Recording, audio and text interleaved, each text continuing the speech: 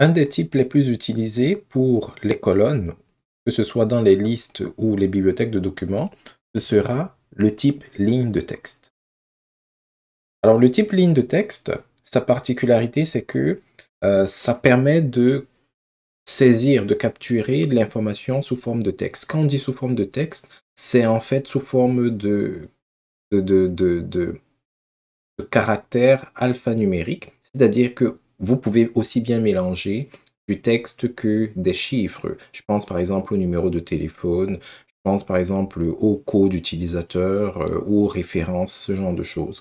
Mais la grosse particularité, c'est que vous ne pouvez pas saisir plus de 255 caractères. Alors pour voir vraiment l'intégralité des options, vous pouvez baisser ou activer ce volet ici-là.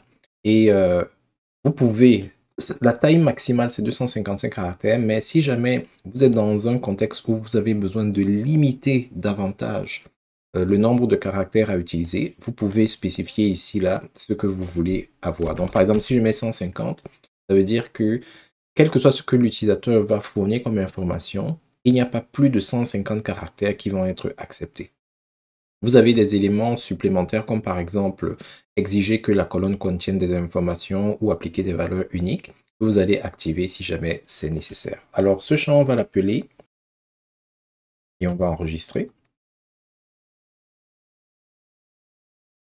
Et là maintenant, si je rajoute une information, par exemple le titre, je vais mettre ligne de texte. Et la valeur, je vais mettre par exemple une ligne de texte de colonne ne peut afficher que 255 caractères sur une seule ligne.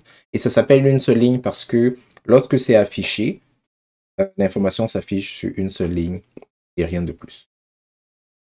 Chose très importante à savoir, c'est que quand vous créez une liste, par défaut, ça crée une colonne titre et le type de cette colonne-là, c'est une colonne de type ligne de texte. Donc, c'est probablement le type que vous allez retrouver le plus souvent sur SharePoint.